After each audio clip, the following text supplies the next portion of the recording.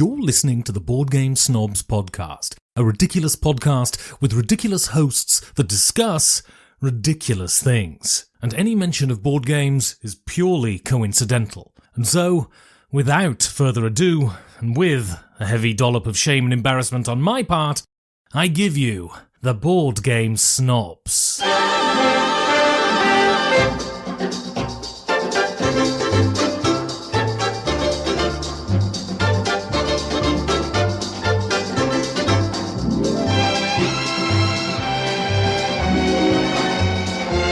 And welcome to episode 355. Dan looks befuddled, bewildered. Primary guest host with me today because Jerry is out of pocket, not only in personality and attitude, but physically away from his podcasting studio. Daniel Hughes, thank you for joining me. You're quite welcome. Where is Jerry? What's he doing? Is he building another house? I think he's quote-unquote spending time with his family. I don't know what he's doing. I could be doing that today, but instead I've chosen to spend it with you, Gaby. See? You have your priorities straight. It's all about priorities. And you have yours straight. Ladies and gentlemen, I would like to just let you know what's just happened in this recording session. I said to Gaby, look at my lovely painted office, which I don't know if you can see now, but it's a nice shade I can see it. Slate blue. And so he said, let me get you on camera. And then he hung up the phone call because the man can't tell the difference between a little red cross and, I don't know what he was meant to be clicking. But he's an idiot. He's an idiot. I hit the big red X on the right upper hand corner. Oh, of course. That is the universal sign for make the picture bigger. Why didn't I... Why didn't I think of that? I'm sorry. I misjudged you, Gaby. You're not an idiot. You're just someone who made a natural mistake. I just kept saying to my computer, enhance.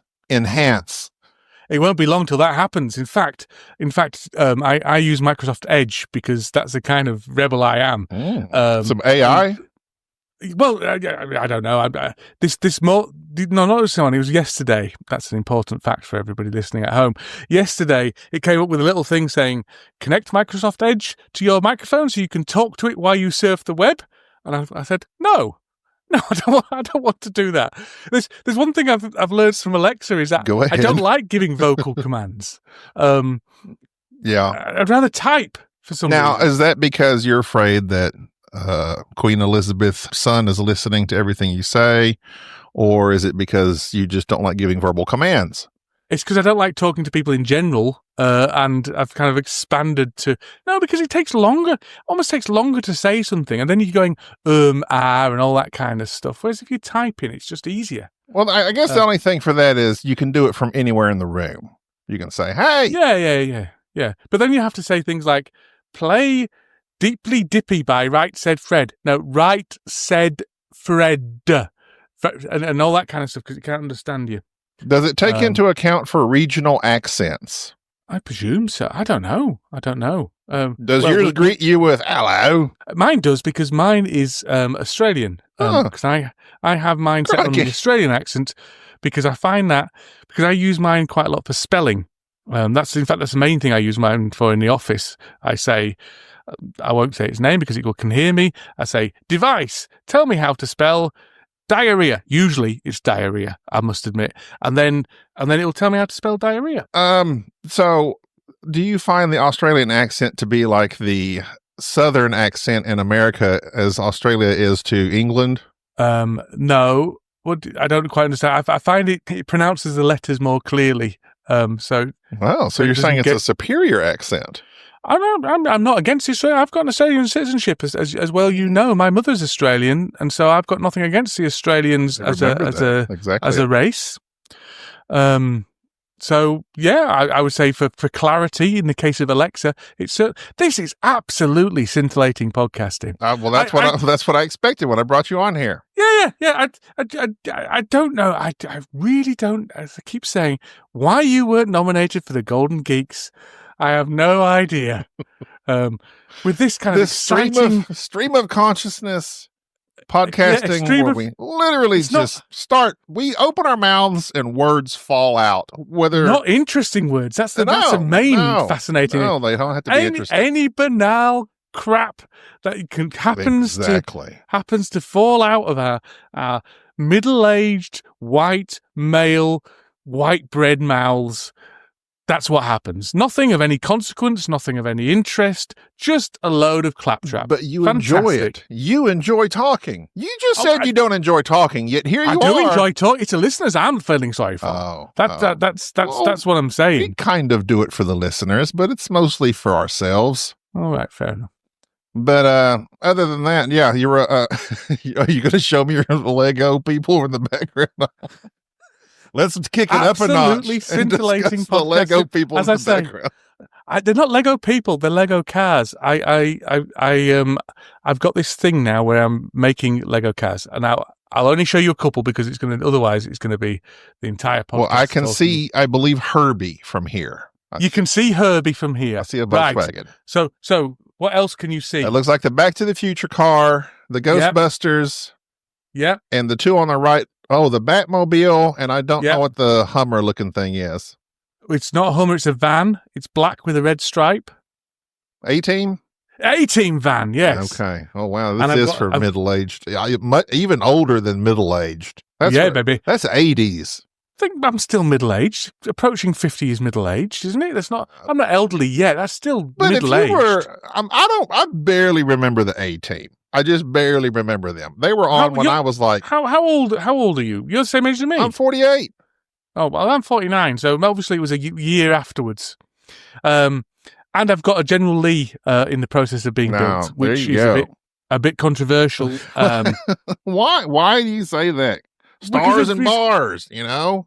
No, well, it's not controversial to the UK because it doesn't have the same kind of connotations, doesn't the whatever it's called, the flag? But it certainly is controversial. So, but I'm not in America, and to be honest, Gaby, I resent your cultural imperialism coming over here and taking over my enjoyment of little bricks that I buy from AliExpress from people who make them as slaves in China. Where's your Larkford to Castleshire Lego set, or whatever that show was called? Lark Rise to Candleford. You've never heard of that? I don't think they've got to be cars. Well, they don't have cars because all of the shows from there are dated. They're all from the 17th century. Everything's Poldark and Downton Abbey. Only the stuff you watch. I could have got. There's two cars that are available, but I decided against it because it's not from my beloved childhood. I have got a Smokey and the Bandit car on the way. American, by the way. Yeah, no. Yeah. But I could get well, you won't know what I'm talking about. Well, you will. Mr. Bean car. There's a Mr. Bean car that I could have got, a Mini with a little armchair on the top. And there's, again, scintillating podcasting. And then I could have also got a Only Fools and Horses 3-wheeler, which you won't know anything about at all. I've never heard of that one. No, well, so what's the point in talking about it, basically? There are approximately 7 people that will enjoy that. Trust me. There's more than 7 people in the UK that know what Only Fools and Horses are. I don't know how many British listeners we have. Well, you'll be able to tell by your stats. It's probably about 25%, so 0.25, I'm guessing. Well, anyway, moving on, for the love of God. Yeah, he doesn't like it when I talk about his listening figures. How dare you? That's the way to shut him up. Anytime you want to shut Gaby up, you just even mention the Golden Geeks or his listening figures. I don't care about the Golden Geeks. Oh, no, yeah. Oh, no, of course you don't. I do not care. No, you don't care at all. That's right. You don't care at all. So I usually I had planned on because well, it doesn't matter. We thought Michael might be joining, but he bailed out. We knew Michael wouldn't be joining us, let's face it. And so I do the Antonin game because I know you like games, but I've done it many times. I've kind of went through all the games that I know to go through. I know there's thousands upon thousands, but I just didn't have time to look it up. No, well, but fine. I got 3. I got 3 for you. Let's see if you can. Let's see if you can guess them. I don't play board games, by the way. Board games are for geeks and nerds, which are worse than geeks. It's all the same. Geeks are cool these days. Come on, do your quiz. How dare you boss me on my own podcast? You're so bossy. I feel sorry for Michael. No wonder it's been sporadically. No wonder. Yeah. No wonder. Yeah. I don't blame you, Michael. I too would skip this podcast with Daniel on it. How dare you? Okay, antonyms. You know what antonyms are? We played this game before, so I think you say a bunch of random words, and then you claim it. I claim they're opposites, but it's also opposite in principle. Oh, you see, it's opposite in ideologies. Yeah. Okay, yeah. We'll try this one. Okay, like quality and board game stops. Okay, go on. All right, I've only got 3 to Okay, so let's muscle through. Yeah. The first one is, well, my voice cracked just then. Stowaway to walk. Ticket to ride. Did you hear that? No. Oh, it was claps. Claps. Oh. You've got the claps. Oh. What a comedy. Oh. Comedy. That was another good one. Well, you've got chlamydia, so screw you. Anyway. All right. Yeah. Around the future. Through the ages. Oh. Thank you. More claps. Thank you. More claps for Daniel. Yes, baby. Full of them. I'm doing better this time than I did last time. Last time I decided to claim that this game was broken. This is good. Which is a podcast that ended quite a few years ago. Oh. Okay, now this is going to be the toughest. 10 years ago now it finished. Nobody cares. Nobody cares. Why would they care then? About an old podcast. About 8 years ago. It's a long time ago it finished. Honestly, I don't listen, and I've never listened to it. I hope because you're not on it anymore. 15 episodes or whatever I was on. You're not on it anymore. Anyway, go on, carry on. I discovered it. This game is worthy of the current. This game is broken. I discovered it post Daniel. Oh well, you should listen. I tell you what, you should listen to the one with me and Mike on it. In fact, Mike did quite a few episodes, but we did a pop culture one that was good. Go on, carry on, hurry up. Okay, this is the last one. All right, and it's going to be the toughest. Okay, just break it down if you can. I will. Dumb, text, disperse. Smartphone ink. Very good. How is ink different to disperse? Well, incorporated apparently is like drawing together. I had to look that up. I would have said pencil. I originally had that, but it's not ink, I-N-K. It's short for incorporated. Okay. But can we just all agree? But I did have pencil originally written down. Well, either way, I'd have got it because you did. Quite clearly, I'm very good at this game. You are excellent. Good job. Yeah. Good job. Yeah. I only know 3 games. That's going to happen to get those ones. Have you seen the new Agricola Game Found campaign? Yes. I object. I originally backed it, then I unbacked it because I thought, number one, there's too much content in there. They haven't drawn me in with the extra content. They've pushed me away because I thought there's just going to be a box of stuff that's going to break my shells and make me feel guilty for never playing any of it and all that kind of stuff. And I don't know how many cards and which expansion is the best. It's just be an absolute living nightmare. So I didn't back it for that. But then they've got this thing going where the campaign doesn't end.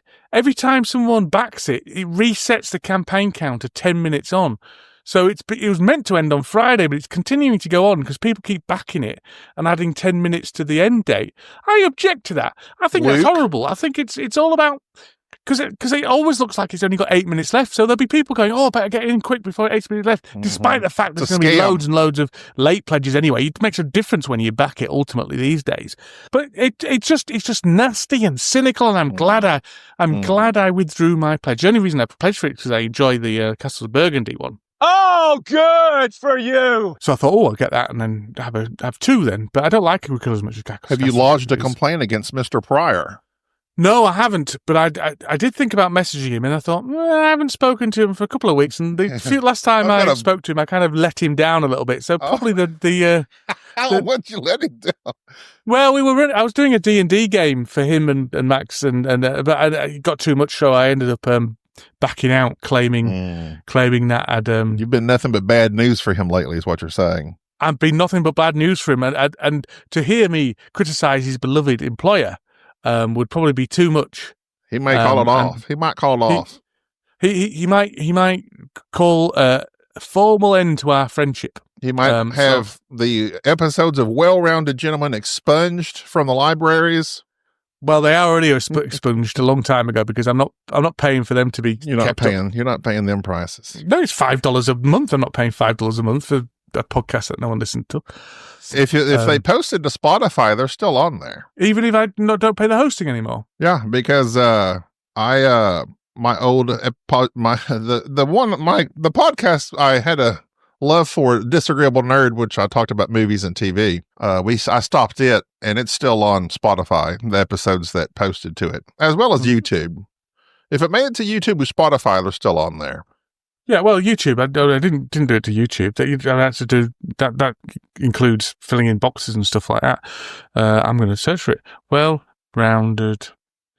Again, scintillating podcast. You need to be filling here, not letting me Google. just type. No, well, you're talking while you're typing, and your typewriter's loud. It click-clacks. Yeah. I've got. Oh, he sees something. He's looking to his left, my right. It's because I've got two monitors because I am like a tech bro. I think you're fancy. Oh, look at you with your fancy monitors. Dual monitors. Baby. Must be nice. That's why you can't pay them prices. You spend it all on monitors, apparently. I did not. It was only £15 secondhand. It was fantastic. Fantastic deal. I recommend 2 monitors to everybody. Again, I keep saying it, but I just like to point out how scintillating this podcast is. This episode is going to be named There's an episode of Board Game Snobs Snobs on here saying well-rounded gentlemen. It says, oh, it's interesting. It tells you the listenership. It says 0 listeners on the book. But there's no... That's double what I thought it was. No. Oh, well. I didn't know they had thumbs down on Spotify. In fact, they haven't on any other podcasts. That's interesting. Oh, that's where the puke emoji is on Spotify now. You can post little comments underneath Spotify podcasts. Yeah, feel free. Yeah, feel free to, if you're listening to any of our Spotify podcasts, leave us a note, a comment. I'm gonna do one. A review. I don't know if it helps anything. The only ones I ever see are really popular ones, and there's like 2 comments underneath them, so it's not a popular feature. No. What is it with Spotify and starting to do all these podcasts in video? That really winds me up. I don't want video on my Spotify. Well, and they also, I don't know if they still mind. Actually, somebody in our Discord, a relatively new listener, Mr. Logan something or other. They're all relatively new listeners. Because you got rid of all the old ones. They come and they go. They come and go after about 2 episodes. It's just a constant churn. That's what happens. As long as they keep getting new listeners, I rephrased. Yeah. So he asked about... I searched for my name on your Discord and it came up a disappointingly few amount of times. Discord? On your Discord, yeah. Just like I do on the Board Game Barrage Discord occasionally, because I am a member of that as well. So I go in, search Dan Hughes, realise there's no one talking about me, go away. Sorry, I don't know what to tell you. No, you should primary guest host. I'm irrelevant. Often. I used to be a name in board gaming, and now somebody. now I'm nothing. Absolutely nothing. When your game comes out, everybody be talking about you again. Don't worry. Oh, they'll be talking about Mike. He overshadows me yet again, despite me being the powerhouse behind this relationship. Yeah, co-host of the Dice Tower. Host of the Dice Tower. He wasn't a host of the Dice Tower when I first met him. He was a nobody like me. I brought him up through the ranks. It was all you, Daniel. And what do you get? What do you get? I don't even get a cut of his salary. You'd have thought I would do. A polite person would give me 10, 15%. I'm not asking for a great deal. Percentage? Yeah, but no. Well, I need to see that contract he has with Dice Tower. Find out how much he's making. Go through all their W-2s and whatever they have for income tax. Get down to the nitty-gritty of the ins and outs of the Dice Tower finances. It would be an interesting dive. It would be an interesting dive, though, isn't it? Who wouldn't like to know exactly? Everybody talks. It's on all the subreddits. Where does he get all this money? How does he pay for all this? How's he funding all these things? Well, you got the Patreon type thing. If we whisper it, we really shouldn't be talking about this. But I've got no inside information. Let me get it clear. But he does employ a lot of people, doesn't he? So he's got the Patreon money, and I think he does a lot of all these summer spectaculars and autumn spectaculars and stuff like that. They're all paid for, aren't they? That's all. I would assume the conventions are a lot of money for them. Yeah, you'd assume so, but you'd have thought it might be one of those things which doesn't make as much money as you think because it might I don't know. This is tacky. Is this tacky? It's tacky to talk about. But everyone wants to know. Yeah, of course we want to know. I want to know. I don't think it's tacky at all. I think, well, it is a bit tacky, to be fair. It's not tacky it is not tacky to talk about salaries. People should discuss salaries more often because that's how the man keeps you down by having this false. If we all made the same amount. So yeah. Well, now we're wandering into universal basic income, and I am in favour of that. But I think that might be beyond the scope of your podcast. Everyone can see what my salary is because I work for the government and it is published.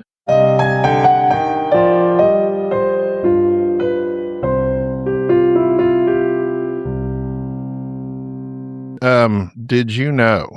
I know a lot of things. I bet you didn't know this. I bet I did. Go on. Though often pleasant to humans. Now, this is off of facts. Facts? F-A-C-T-S. Like, that's the facts. Not like a fax. Not like a machine. Not like a facsimile. When was the last time you used a fax machine? I bet I used one more recently than you. A couple years ago. Oh, that's about the same as me. Never mind then. Go on. Though often pleasant to humans, the smell of freshly cut grass is actually a plant's way of letting out a cry for help. Now, I would like to say that is bull. I don't know how. That's bull. That's bull. But cry for help. Cry for help for who? Who's going to come running to their rescue? What's the rest of the grass going to do? Run away? No, it's not a cry for help. That's just facts.com is a bunch of talk. Is what it is. You're arguing against science, Dan. I'm not arguing against science. Why? It's not a fact. This is why Jerry can't stand it. Because you come up with these ridiculous statements. I did not. That is science. That is a fact. You've just taken what plants feel feelings and cry. No, they don't cry, and they. I don't care. They feel feelings. You're saying it's a cry for help. That's what it is. They're yelling. Now define what a cry for help is. What happens within a cry? This is.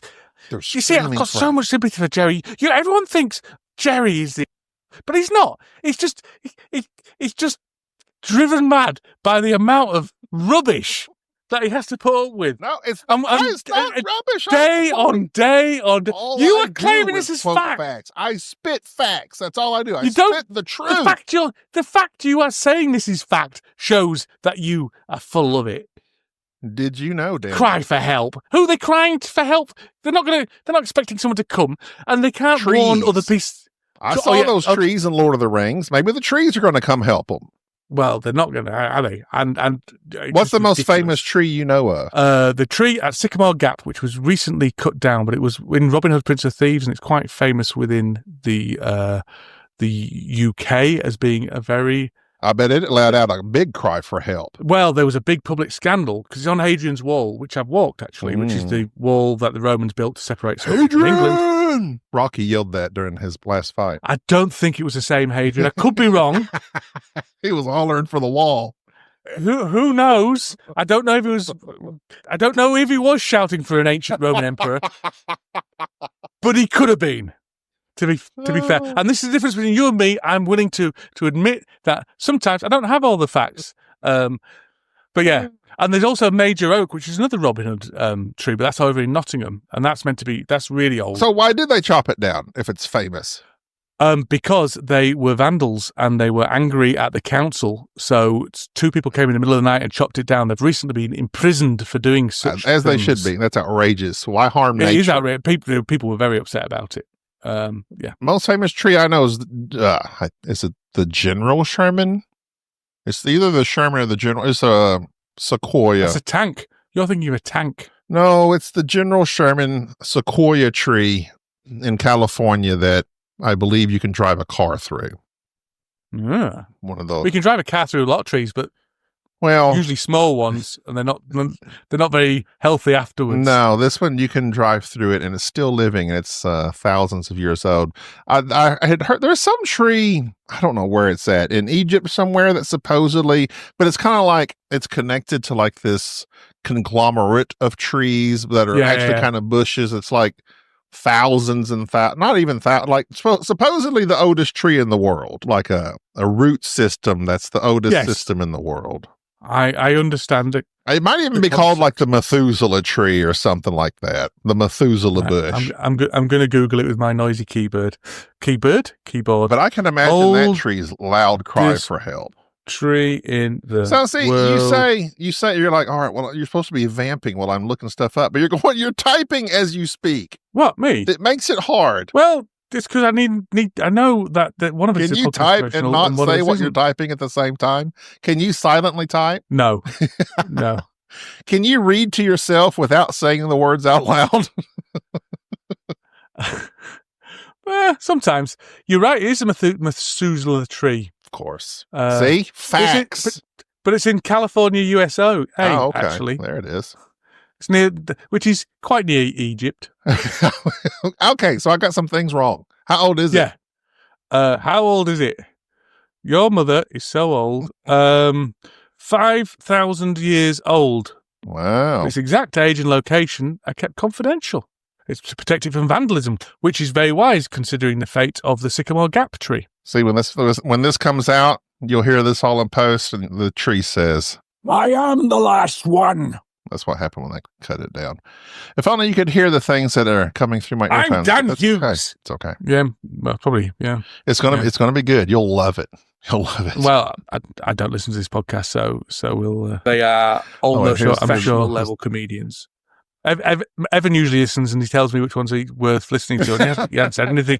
He hasn't said anything for about 6 months, so I don't know what that's about. Evan, you better listen. He does listen. Okay, well, he's in Prague at the moment. He's finished all his exams. His 18-year-old exam, not 18. He's 18 and he's done the exams you do when you're 18, the A levels they're called. And he's gone interrailing across Europe. So he's been to Berlin. He's gone to Prague. He went to Brussels. All over the place. Is this what y'all call what is it y'all call? Like when you take a year off from college? Europe? No, it's not a gap year. No, it's just like 2 weeks. He's just doing a bit of holidaying. That's what the words you're saying are foreign to me as an American. That sounds very nice. I wish I could do such a thing, but it's actually quite cheap to get to Europe on the plane and stuff. I read that show I watched. That's Ayawade. What's his name? A Travel Man. Yeah, he does that. He does the 48 hours, and everything's very close flights from England, which is nice. Yeah. So how far is Prague? Do you take a bus or a train or fly? No, well, you could take a train, but it'd take you a long time. You usually fly. I've been to Prague. It's beautiful, Prague. Beautiful city. It's you're going a little far east for me there. Getting a little too far east. It makes me nervous. What's wrong with the Albania? East? You're getting way too close over there to Putin, Russia. To the big Putin man. Yeah. Well, it used to be a part of the USSR, I think, did Prague. I don't.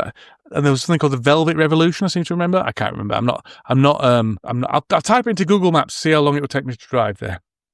Right, Google Maps. Directions to Prague. That's why somebody somewhere should just make a podcast show of Googling things and then just orally communicating to their microphone everything they Google and everything they read. Just any question that pops into their head. Yeah. The Google show. Let's do it. Let's do it. You pay for the hosting. Research indicates that cats given empty boxes are more interactive, friendly, and comfortable with the people around them than compared to those without a box. This suggests that cats find comfort and security in boxes. Wow. Who paid for that research? Factsweird.com. I bet they didn't pay for it. It would take me 16 hours and 6 minutes to drive to Prague, but there would be a ferry involved. That's like from here to Colorado for me. Yeah. So, what does the ferry Belgium cross? And Germany. Does the ferry cross the Mesopotamian Sea? No. The Aegean Sea. It could do, but it'd be a long way around. Goes across the English Channel between France and England. How come it's not the French Channel? Well, because we are better. Is there like a natural rivalry between the English and the French? Yeah. Dude. Yeah. The two nations that have only not been at war for the last 100 years. Prior to that, we've always been at war. So there is there's and even now there's still a rivalry between France is always messing with our stuff. You know what? It's everyone always talks about the French cuisine and how it's supposed. Everybody holds it on high. And I don't know that I may have had something French, but it's very few and far between, if at all. I mean, no, I don't think they really do fast food stuff, do they? That's the thing. I don't think they. I don't know what. It's all high end. It's all high end. French bread, I suppose. A baguette. Yeah. That would be. Like, is there like a good nice? Cheeses, and there's some nice French cheeses, not as good as English cheeses. A sandwich obviously. that the French are famous for, a croissant sandwich. Brie, probably, a brie sandwich. Croissants, there's another one. Pain au chocolat. I do like a pain au chocolat. I don't know what that is. Sounds like chocolate, though. It is. It's like a croissant with the chocolate in it. You must have pain au chocolates. I don't know what you're saying. What? No, they are nice. They're like, it's like a croissant, but it's kind of got almost Nutella running through the middle. So like a very melty chocolate. It's very nice. You should come over to the UK, Gaby, as I keep telling you. In fact, this week, not yesterday, I had a friend from America come and visit us to see me. He was a man who I walked Hadrian's Wall with, in actual fact. About the name that Rocky shouted. That's interesting. Yeah, 15 years ago I walked it. So, you should come over. Why is Hadrian's Wall famous? What's the deal? It's a wall that, it still exists, which is part of it. So it's a Roman wall that you can still see big chunks of. So that's and it ran the entire width of the UK to keep the Scots out of England, because the Scots were very troublesome to the Romans. So they put up a wall, a bit like the Great Wall of China. Were the Scots considered savages? Very much, and still are. Richard Simpson, you hear that? How dare you? Yeah, I don't think Richard can work a podcast player. So with his club hands. Yeah, he's with too his busy, club hands and his too busy wild red hair and his kilt and his sporran. The wild look in his eye. So, I find the Scots and the English are about a war quite nearly as often as the English and the French. Well, maybe the common denominator is the English here, I see. We're very good at wars, or used to be. Very used angry. To be not. Yeah, very, very, very wary we were. I'm very good at winning them. In fact, we're still quite good at winning them. Yeah. The only wars we don't tend to win are ones that America involved in. Well, that tell you. Watch what you say, Daniel. I'm not saying anything. I'm just saying, I just don't think Iraq and Afghanistan were massive successes. That's all. I don't. But according to J.D. Vance, England and France weren't involved in Iraq or Afghanistan because we haven't fought a war since the Second World War. So all those people those UK people who died are completely inconsequential. It's American history. Yeah. If we don't like the way the American history went, we rewrite the books. Yeah, baby. That's I always find it fascinating. Literally the history I grew up learning is completely just everything's thrown out the window. But that's the same with all. That's the same with. I mean, that's the same with all history. All the people we looked quite up literally written by the victors. Yeah. All the people we looked up to were terrible people. Yeah, I believe at one time when I was in school, like Colonel Custer's last stand, a brave soldier fighting courageously to the end. He was interesting though. There's a really good podcast, a really good series of podcasts on him on the Rest Is History podcast, which I recommend anyone listen to. And he was an interesting character and quite an entertaining character. But no, yes, well, he was kind of he wasn't, but he was involved in a system. This is the problem with singling out like people like him as being evil, which I'm not saying he wasn't. He participated in it, but the entire system was evil. Yeah. And let's face it, everyone's system just everybody trying to kill everybody else. That's not that's which in has their been way. The entire of history from right. time immemorial. That's in their way, or that's not like them. That's mankind's history. Yes, I think to stop them, we should kill them. All of them. All of them. Yeah. And then where would we go? Well, we could just stay in our attics, podcasting to audiences of zero. So pretty much what you're doing now. Every chance you get, Every chance I get, baby. Chance you get. And if you're not leaving this podcast weeping, then I consider my job. You bring me such joy. I could never weep at your presence. Yeah. Have you done any board? Are we talking about board games in this podcast? I haven't done any board games. I have played several solo games. No, I haven't been able to get with anybody since we went to BGG Spring. I have since played Maquis. Speaking of, we've talked about that before. I didn't care for it. That was running on Kickstarter at the same time as CoraQuest, so I consider it a rival. A rival, of course you do. Everybody's a rival to the English, aren't they, Dan? If you're not with me, you're against me. Yep. Certainly, but I don't know about the English, but certainly me. Yeah, and I can list you off my other rivals. I can list Flamecraft. I hate those. How dare they earn more money than CoraQuest? Be successful. Yeah, exactly. I don't even like the art. Everyone says how the art's great. I think it looks awful. It looks like it's from an 80s greeting card. I never played it, if that makes you feel better. I've only played it once and it was bad, but there was too many people playing and I wanted to eat and all sorts of things. So it was at Dice Tower Retreat, actually, the first time I went. And, didn't enjoy it. But Mike tells me I'm wrong, so. The Maquis, I didn't care for it. It's, you're supposed to complete 2 missions, and you literally just put some cubes out, and then you have to bring them back to your hideout without your trail to the hideout getting blocked. And the way you block them is you flip over a card, and it tells you to put these cubes in these certain cities. And if they're in the cities blocking your way home, well, then that cube, I forget the name of whatever your cube represents, the Maquis, they get captured. And if all your Maquis get captured, game over. Right. All of my Maquis got captured all the time. I never made it home with anything. That's the problem with solo games, I think. And it's probably why I don't enjoy them very much, is because they're always hard. And if they're not hard enough, solo gamers say, oh, this isn't hard enough, it's too easy. Right. But when I'm playing against people, I don't mind if I don't win, but I get to do something. Whereas in a solo game, if you don't win, then the entire thing was pointless.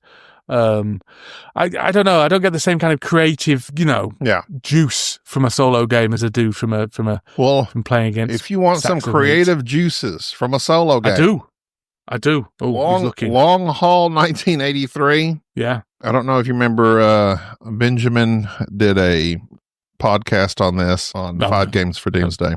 I don't listen to 5 Games. In which he also recorded himself playing the game. But of course, he's very theatrical. He really got into it. But me playing it, I did the part because what you do is it's 1983. I can't remember. You go to sleep and you wake up the next day and everybody's gone. Oh, it's post-apocalyptic, of course. So you get in your truck. You're on your way to have delivered something. And then after that, after you've delivered your goods, you're headed to this person and everything is up to you. Why are you headed to this person? Well, that's up to you. Do they owe you money? Is it a long lost love? Oh, it's like a solo role-playing game. Yes, it's an RPG. And they present to you all these scenarios that you're going to this person because, and they give you like 10, 12 reasons why you're going to them. And you can either choose it, or I did like Benjamin did, and he rolled a die and let the die determine why he was headed to him. The one it chose for me was the person owed me money. And then the other one that rolled for me was like, but there's a force, there's something chasing you that you don't know what it is. It's just this force that you can kind of feel, and it's vague. And then you flip over these cards from a random standard 52 card deck, and you flip over 3 cards each time. You start your engine, you flip over 3 cards, you look up the book, what those cards tell you, and it's going to be things like, there's something that is ailing you. The 10 of Hearts will say, roll a dice check to see if it's hurting you worse. And it's all very vague. A lot of it is like, you feel something bothering you. Explain what that is and why. Like, it's all up to you to create the story, basically. Yeah. It's like a guided story. Yeah. You feel something bothering you. You look at the radio. Exactly. You realize you've left Board Game Snobs. And it gives you these... on your iPod. It gives you these prompts. And so by the time you look up, this card tells you you're feeling bad. This card tells you like what the weather is. This card can tell you what's wrong with your truck. And then it kind of gives you, with those 3 cards, like a little story for the day. And you can feel free to expound on that as much as you want to. It's interesting. I recorded 3 of them because you're supposed to record at the end of the day, you're calling the person you're headed to. So the person I was headed to, I made it Gerald Baker's ship, very original. So I was like, because he owed me money. And so like, well, then it's like, well, why does he owe me money? So I had to like do a little background on why he owes me money. It's because I gave him some money previously to help fund some, health concern he had, just or you could just make it as outrageous as you want to. But I tend to draw from things I know personally, or otherwise I just get outlandish and make everything a stupid comedy. So Jerry got on to me last time I did a RPG with him because he said I just tried to make everything funny. And it was supposed to be like dark and scary. It was that 10 Candles RPG. The problem with dark and scary in role-playing games is they're no fun as far as I'm concerned. If you're not trying to make everyone laugh, what's the point in playing? Thank you. Thank you. I don't like all this deep role-playing stuff. I find it, number one, I find it pretentious. Number two, I think other people are better at making... I think Stephen King is probably better than making a scary story than I am. But what he's not better at is making a load of in-jokes and just messing around. Well, yeah, so that's it. I mean, I can see there are, like Ben, like he's considers himself an actor, a theater guy. Wow. Just kidding. I hope you don't listen to this. I haven't heard from Ben in quite some time. I don't think we're in his... Well, when do I? I'm not in his sphere anymore. Love you, Ben. I really do. You're still the voice of our podcast. No, I know he's an actor. He's very theatrical, and he really got into it. I'm not that guy. I'm like you said, I want to make the jokes and cut wise and bust chops, and that's just not me. I'm not like, and as the day wears on and the light dims, I feel an aching in my bones that tells me things aren't going well. And, it's just, I can't. It's not for me. I see it. I appreciate it. Just, it wasn't for me. I played 3 turns of it. You can play it as long or as short as you want, or you can finish it all in one go. But I just, that was good. I was good with it. Yeah, I had one. I backed on kick. Whenever I run a Kickstarter and if it funds, well, not that I've ever had one that hasn't funded. Not saying I'm a Kickstarter genius, but sounds like it. I tend to back 3 or 4 very small projects just to kind of, I don't know why I do it, just to alleviate some, I don't know if it's guilt or whatever. But anyway, and I backed a solo role playing game. And I did have a go at it, but it's not. I don't like social activities solo. I don't play board games for the. Well, I must play board games for the challenge, but I think I must need somebody there. But yeah. I like the idea. I love RPG. Like, I wish we could play more role-playing I invited you to play an RPG, didn't I? Yeah, but I just know that to coordinate time and all that stuff, especially with you being across the ocean, would be nigh impossible. Yes, and I after about 10 sessions, I ended it, so you probably were wise. Typical dad. But, well, yeah, but better to love the lost than never to have loved at all. That's what I always say. But I do have another one sitting on my shelf that's a Star Trek game, and it's a Star Trek solo. I once played a Star Trek game when I was in university, a role-playing game, and for some reason, I was the captain, and I was a huge ball of indecision, and it made me realise that I could never be in a position of command because the thought of telling other people what to do and it going wrong left me in such a quivering wreck, even though it was only a role-playing game, that I realised that role was not for me. I wouldn't mind doing it. This is a Star Trek Captain's Log. A solo role-playing game, and this thing is... Do you know why it's a solo role-playing game? Massive. It's 320 pages. Because people who like Star Trek don't have any friends. That's why it's a solo game. Star Trek is amazing. Oh, is it though? It is. Is it? It is. Even now? It's like Star Wars. Strange New Worlds is the newest and possibly one of the best iterations of Star Trek. They dilute it so much that what's the even point of it? It's all about diversity and getting along with people even though you don't understand them. And I appreciate the sentiment behind it, but do you not think that all these franchises are diluted to the point they just keep on going and going? I mean, you know why they do it. It's for money, but they just keep on going and going and going and new versions and throwing stuff at the wall and seeing if it sticks. Strange New Worlds. I didn't go in. Okay, so the last few, I was not a fan of Enterprise with Scott Bakula, aka Quantum Leap. Scott Bakula is a god. I like Scott Bakula. I was a Quantum Leap fan when I was 8 years old. I was a big Quantum Leap fan. But what was his Sam Beckett? That's who he was in that. Yeah. So they rebooted it, didn't they? I never saw any of it. It was awful. It was god awful. I tried watching it. Speaking of what you're talking about, rebooting, sometimes it doesn't work. Sometimes it's terrible and it doesn't have the heart and soul of the original. No. Like the new MacGyver. I watched that. That was awful. But Strange New Worlds, I really like. And it's in large part due to a likable cast. And that's the thing. So many shows nowadays have these characters that are they're terrible people. Yeah. They're terrible people. It's all about the conflict and stuff like that. I agree. I need a hero. I'm holding out for a hero until the end of the night, usually. Like, I mean, if you like, I don't know, like the big hits over here, they're not like massively general popular, but they're popular and very like Succession. I don't know if you heard of that show.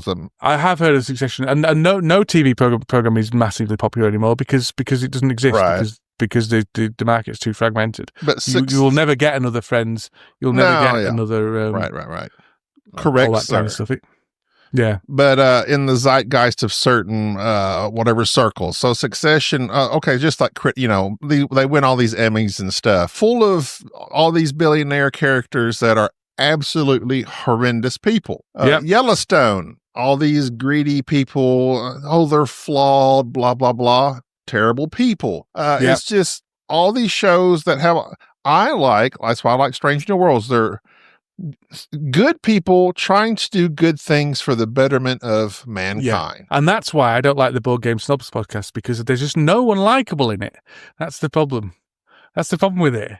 They're just all these really nasty, just constant conflict all the time. No, there's bullying certain episodes of which we learn from and grow from, Daniel. Oh, right. Okay. Because when I first started listening about 5 years ago, there was all these huge arguments and stuff. No, there was not. and it's strange that he doesn't seem to have moved on from that. No. We may have some general friendly arguments now and then. Yeah. They did get more heated in the late 23, early 24 season, but we got that taken care of. We got. Do you never have disagreements on points of view? I usually cut people from my life as soon as I have any kind of disagreement with them. That's probably genuinely honest. To be honest, I am done with people quite easily. Yeah. Guess I better be on my P's and Q's around old Daniel Hughes. Well, yeah. See how I rhymed that? Do you like people that rhyme things? Well, it's better than the usual rhyme with Hughes, which I get. Shoes. No, it's Poos. Oh. Poos is the snooze. Daniel the Spaniel and Hughes Poos. That's what I used to get at school. I can see it did not affect you at all. No. The fact I rarely leave my attic unless I have to go to work and cut people immediately from your life that make things difficult. Yeah. People that make things difficult help you grow. Well, I'm already big enough. And anyway, I don't need that stuff in my life. Life's hard enough without having arguments all the time. It's not all the time. No, just 90% of the time. Keep things spicy. Also, what I've been playing, since you've been playing nothing, apparently. Is this podcast still going? Have you been playing anything? Yeah, I played something with Mike the other day. I do. The only person I play with is Mike the Pillock Pool, and I can't remember what the last thing we played was. We played some nice small game. We played Meadow. That's what we played recently, but that's not a new game. I've got the new Frank West game, Emberleaf, that arrived the other day. I haven't started playing that yet, but it's getting some good buzz, so I'm looking forward to it. I just played that Hutan Life in the Rainforest on BGA, where you're laying these flower cards in the rainforest, and you're trying to make the flowers match, and it's one of those is it polyomino or tetranomino? Whatever, the Tetris style. Yeah, polyomino. In your lane, you're trying to get your flowers to match, and it's one of those calming type games. You're trying to get your flowers to match, and if you double up on a certain spot with white flowers, then you grow a tree. And if you get 2 trees in a sector or all trees in your sector, you get an animal. And it's That's all very well, but when do you get to colonize and kill the natives? See, that's why I'm only giving it a 6, because if there's not any pillaging of natural resources, there's no pillaging of the land. I've lost interest. Exactly. It's not a game I would ever purchase or buy, or really ever. I played it solo, and it's just meh.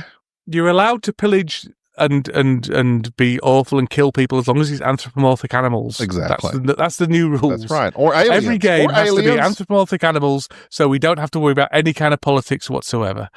Just stick that head in the sand, pretend it doesn't happen, and make them all raccoons. That's what I say. I agree. I agree. And the other game, I would say not the big game, but it's an old game that is very well regarded, that I've been yearning to play for a while because A, I like baseball. B, I used to like solo games. Is Baseball Highlights 2045. I love that game. Did you play it solo? No. I don't like it solo. And it's a huge solo game. People love this game. Oh, right. Okay. Did you know this is now straying into interesting, so I don't know if you might want to cut this. All right. And that's going to do it for the show. Yeah. The Baseball Football 2045, or whatever it's called. That due to my efforts, has a team in it which is a Huddersfield team. So there you go. There you go. I presume it's due to my efforts. Oh, so this was interesting because it involved you. That is the definition of interesting. Okay, so let me look up some Paris, Texas facts. Did you know there's a movie called Paris, Texas? Yes. It's a very famous movie as well. I started that's watching why I've heard of it. It's one of those kind of like disturbing movies. It's like an old, weird movie. There's a Paris in Huddersfield. But it's not Texas related, though. It's not Texas, it's Paris Huddersfield. Well, it's actually Paris Home First. But anyway, so get back to baseball highlights real quick. Geez, we still talk about this yet? I'm just going to say, because solo, I had a hard time keeping track of what I just played for who. Like the AI, was this the AI's turn or was it my turn? The big problem with the game is have you played it multiplayer? I just did, and that's what I was going to say. I enjoy it much more. 100% more with another player. However, we still were getting, like I was trying to, oh no, these are the steps you're supposed to follow them to if you went through them, it's a little, but it kind of got that bogged it down as opposed to him just flipping over his card. Okay, so my hit still counts. No, wait, is this the card I played? So is it, I kind of lost track of when my runners were running. So it's not really a game for people of subnormal intelligence, but not. It's very people difficult. Who can work out the difference between two different cards. They'll be a lot better at it. So somebody said, oh, Football Highlights fixed this by simply twisting the card sideways.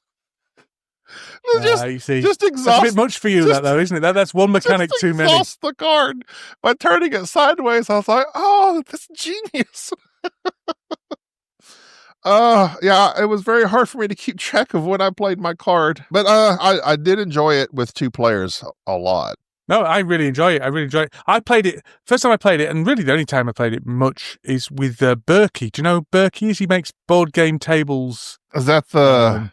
I think he's the guy. To be like the Royals. He used to have. I met him at my first BGG con ever. He's a nice man, and I think I won my free games of Royals from him. It was Royals is a good game. It's one of our all-time. It's in our Hall of Fame of games for the board game snobs. That everyone that is trying to introduce anybody to board games should show them Royals because it's a very simple game. Yeah, it's really good, and it's kind of Ticket to Ride level, but deeper than it's just really fun. It's just a really good game. Arcane Wonders, yeah. Yeah.